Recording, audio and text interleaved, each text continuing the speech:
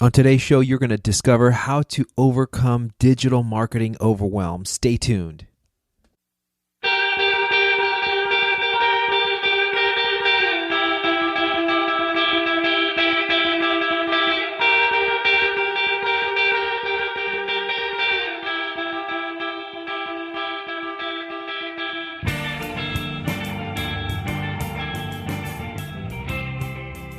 Thank you for tuning into the Think Status podcast. On today's episode, we have CEO Erik Huberman of HawkeMedia, a full-service digital marketing company in Santa Monica.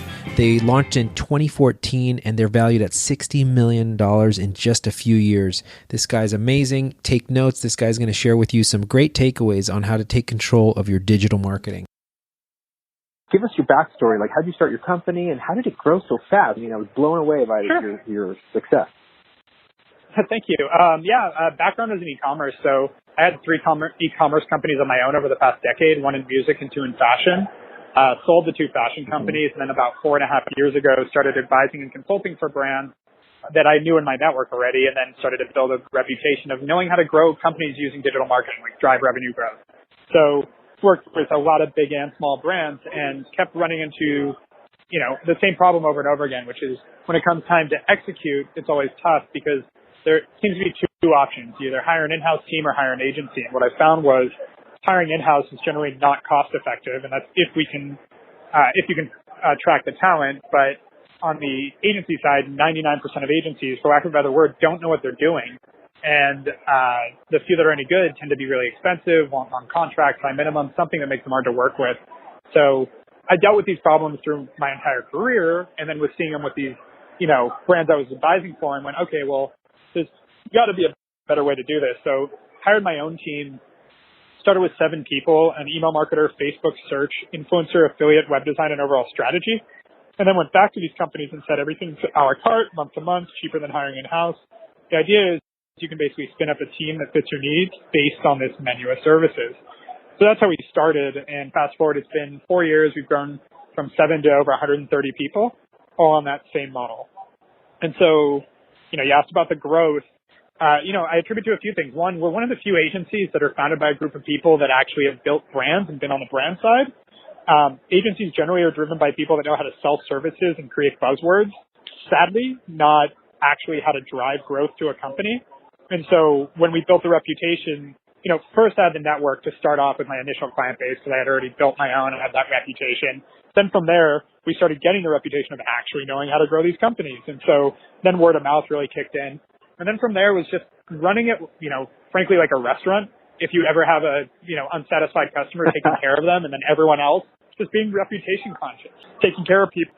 That's, now we've built, a big company, but we've also built a solid reputation in the space of doing the right thing for the right reasons. And so it continues to grow because of that. Wow, that's huge. Doing it for the right reasons makes all the difference. And I actually met one of your co-founders, Tony, and he was telling me about how you guys kind of got started with you being the front end of the business and him being the back end. Can you tell us a little bit more about how that played out and that plays out currently? Yeah, that's a huge piece of it too is, at the end of the day, I've been able to spend the past 4 years growing the brand, getting the name out there, as he puts it, waving the flag and beating the drum. And then another thing that he still has to say, which can't really disagree with, is I go out and make promises and then he delivers on them with the team. That's awesome. Yeah. So, which is fair. It's totally valid. Only 4 years in the business.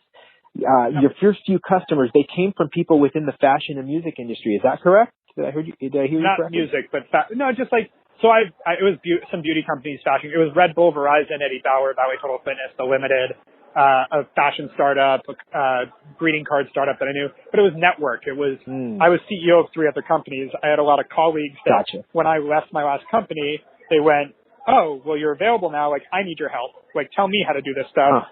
And so I just started consulting. I never planned on building an agency. I was just like, yeah, sure, I'll help you out. And then I was like, well, this is frustrating. I'll use my consulting fees to hire a few people because I was not used to making the kind of money I was making in consulting, to be honest.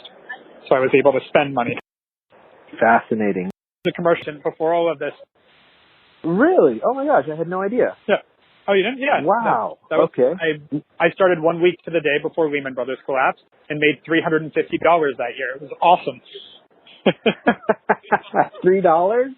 $350. $350. Did a broker opinion of value for a bank that needed just to value a company or a building they had repossessed, and they needed someone with credible experience supposedly to say that. That's it. That's all I got paid for. It was real interesting. Blessing in disguise. Oh my goodness. Painful bit. Fascinating. Wow. Yeah, that's great. And how did you get into commercial instead of residential? So actually, why did you family's choose background. commercial? My dad's a commercial real estate investor.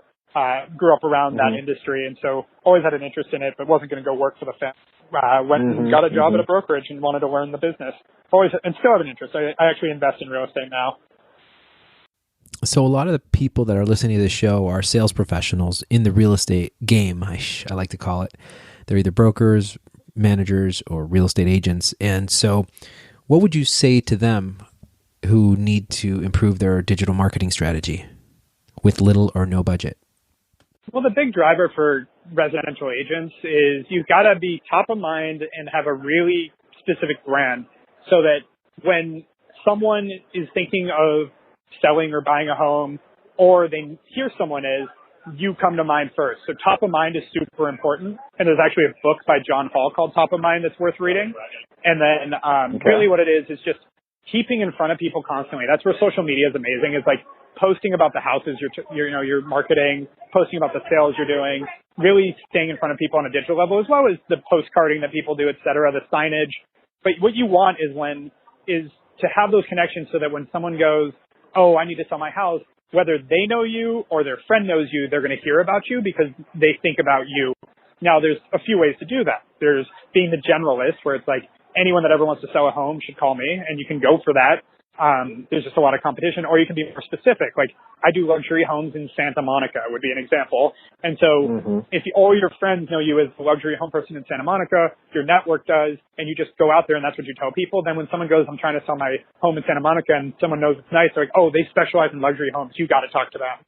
Like that's what you want. That's what we built at Hawk. And that's really any business. It's that word of mouth is always going to be the driver. And so what you want is you want to stay so relevant and commit yourself to their long-term memory is really the goal here. So that whenever someone thinks about selling a home, they're thinking about you. And so to do that, you have to, there's always the cliche about impression counts and getting in front of people, hitting people 20 times, whatever. It's really not just, being in front of people that many times, but also doing it consistently, ongoing. What I do is, some strategies I use, I check in with everyone in my network on a quarterly basis. Like everyone. Wow. I send many, many emails a day just to check in and see how people are doing. And so that's a big one. Again, I post daily on Twitter, Facebook, Instagram, LinkedIn, because all these people are seeing my content, hearing about me, et cetera. And then when it's like, oh, I need marketing help. Oh yeah, Erik. Like they can't forget me. And that's really in terms of an industry like mine or real estate, that's what you need because timing is an issue. You can't just cold call someone. I mean, you can do that. I did that when I was in real estate, cold call 200 people a day until someone wants to sell something. That's one tactic when you're getting started out. But once you have a network, it's just about staying in front of that huge network so that, it's a pipeline. At some point, they're going to be buying or selling something, or they're going to know someone that is, and you're the one they're going to think of. I've heard that it's better if the CEO does their marketing themselves. What do you mean the CEO does it? I don't know. Most CEOs are driving growth in a business that can afford to do everything themselves. Like you should have a lot more marketing than one person can handle, especially one person who should have other things to do. So I actually haven't heard that. If you're a real estate agent, there's certain things. Basically, getting everything started yourself is important as a CEO, is what I would say. I did everything myself first, and then once I created a process around it, then I outsourced it. The example I give is, a lot of my email follow-up is done by my assistant, which I still am sending emails and it's coming from me, but I built a whole process of how to do it. And so I don't need to be the one to actually tactically do it anymore. There's other things the things that you build out from a marketing perspective, like a lot of times the CEO should be the first one to test new things and try new things so they understand the full nuance of their own business. But after you've built something that's replicable, it should be outsourced immediately. Like the other side of that I've heard that I really agree with is a CEO should constantly be hiring themselves out of a job. Yeah, It's absolutely true. They should be. If we have a company that's interested in your services, how can we learn more about your business and the services that you offer?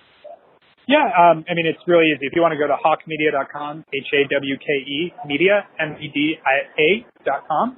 And then I'm on every social media platform at either / or at Erik Huberman, ERIK, HUBERMAN. If you want to sign up on our site, on our email list, we do a monthly event in LA, in Santa Monica, around digital marketing. So that's a good one to come out to. And then, I'm on the road about half the time. I'm at a conference right now. I'm flying in for about 3 hours on Wednesday back to LA and then back out for another conference. So it's always moving. All right. Sounds good. Well, thanks again for being on the show, and I look forward to continuing our conversation. Absolutely. Thank you as well. Talk to you soon. All right. Take care. So that'll wrap up another episode of the Think Status podcast. Thank you for tuning in. I'm your host, producer, and engineer, Hector Diaz. Music for today's show is provided by El Rio Los Angeles. If you enjoyed the show, please give us a rating on iTunes, Stitcher, or wherever you are listening to this. And please follow us. Connect with us on social media, on Instagram. My username is Think Status. Follow me there for all the updates, and thanks again for tuning in.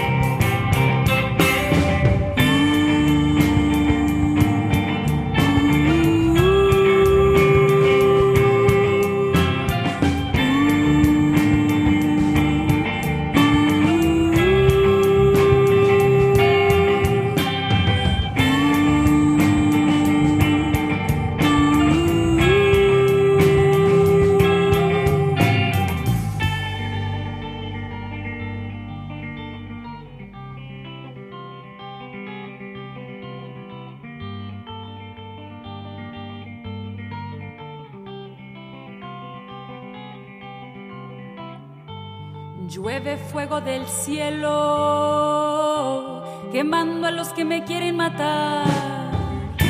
Por causa de soberbia, mi piel morena me protegerá. Camino por las calles, el fuego alrededor de mí. Todo comienza a caer.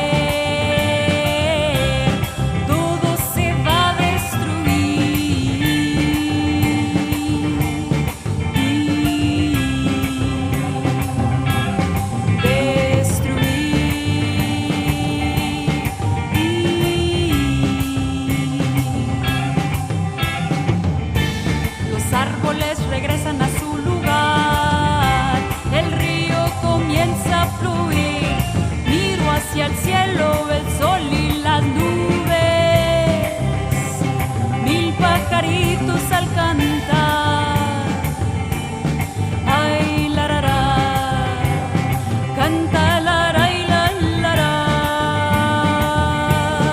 cantará ira, ira, ira, cantar, cantar, cantar, cantará.